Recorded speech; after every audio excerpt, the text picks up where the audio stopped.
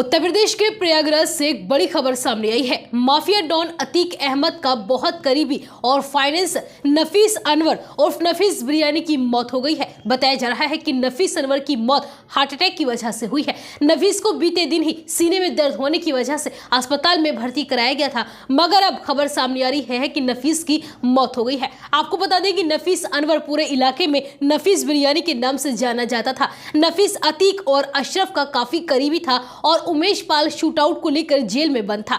नफीस के पास अतीक और अशरफ के ऐसे बहुत से राज थे जो सिर्फ अतीक, अशरफ और नफीस ही जानते थे। पुलिस के मुताबिक पहली नजर में ये मौत हार्ट अटैक से हुई है। फिलहाल पुलिस ने शव को पोस्टमार्टम के लिए भिजवा दिया है। पुलिस द्वारा पूरे मामले की अब गंभीरता से जांच भी की जा रही है। बताया जा रहा है कि नफीस बिरयानी की बीते रविवार को नैनी सेंट्रल जेल में अचानक तबीयत बिगड़ गई थी। उसे कल ही अस्पताल में भर्ती करवाया गया था और यहाँ इलाज के दौरान देर रात उसकी मौत हो गई। नफीस बिरयानी की मौत के बाद पुलिस ने बाकायदा प्रेस रिलीज जारी करते हुए जानकारी दी। आपको बता दें कि प्रयागराज के करेली में रहने वाला नफीस बिरयानी शुरुआती दौर में बेहद आर्थिक कमजोरी से गुजरा था। कहा जाता है कि नफीस बिरयानी ने अपनी एक बिरयानी की दुकान प्रयागराज के करेली में ही ठेले पर लगाई थी। ठेले पर बिरयानी बेचने के लिए उसकी बहन ने अपने सोने के जेवरात तक बेच दिए थे, मगर उसका यह व्यापार नहीं चल सका। कहा जाता है कि इस दौरान एक दिन अतीफ के भाई अशरफ ने नफीस की बिरयानी खा ली और उसे बिरयानी का स्वाद काफी पसंद आ गया।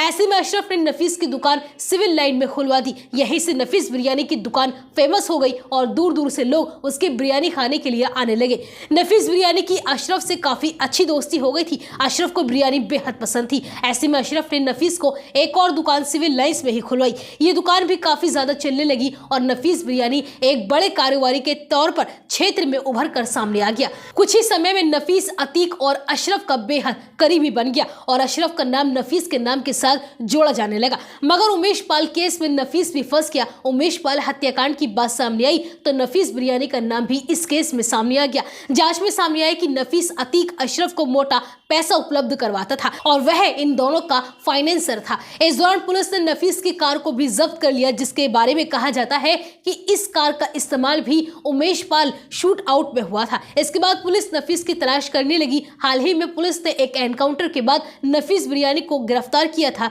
इस एनकाउंटर में पुलिस ने नफीस के पैर में गोली मार दी थी। नफीस के दो साथी फरार होने में कामयाब रहे थे। पुलिस ने नफीस को जेल भेज दिया था, मगर यहाँ बीते रविवार को उसकी तबीयत खराब हो गई और देर रात उसकी मौत हो गई। आपको बता दें कि पुलिस ने नफीस बिरयानी के ऊपर इनाम भी रखा हुआ था।